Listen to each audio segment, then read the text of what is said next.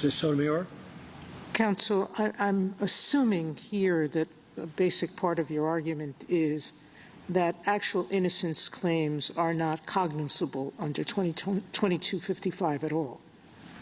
That's based on our understanding of what the court has said to date. We've never said they are. That's correct, Your Honor. And so whether 2255 would be implicated in some other claim is irrelevant to your claim.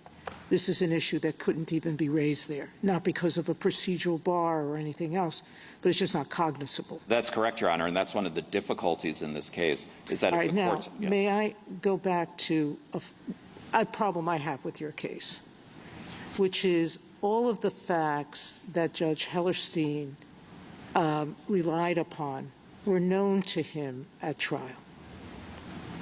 He knew what your client's claim of innocence was. He knew all the evidentiary weaknesses that he wrote about in his current opinion. He knew that only one shot came from your client's gun, et cetera, et cetera.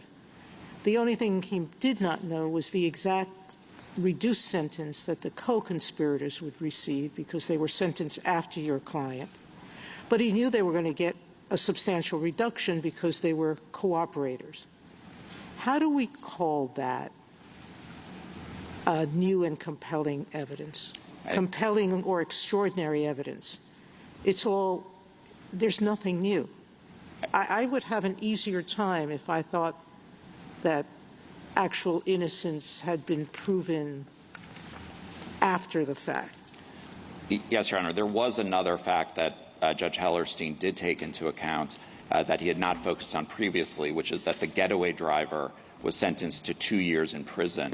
And that suggested to him that the government itself had concerns about the credibility and the reliability of the cooperator's testimony. All right. Now, you said earlier, and I agree with you, both age and medical condition or any other reason doesn't ever stand alone, because there are old people who are not released from prison. There are sick people who are not released from prison. It's one among many circumstances. Your claim of, and I put it in quotes, actual innocence, doesn't stand alone. But what does it stand with in this case? There certainly was no medical need. There's no age need.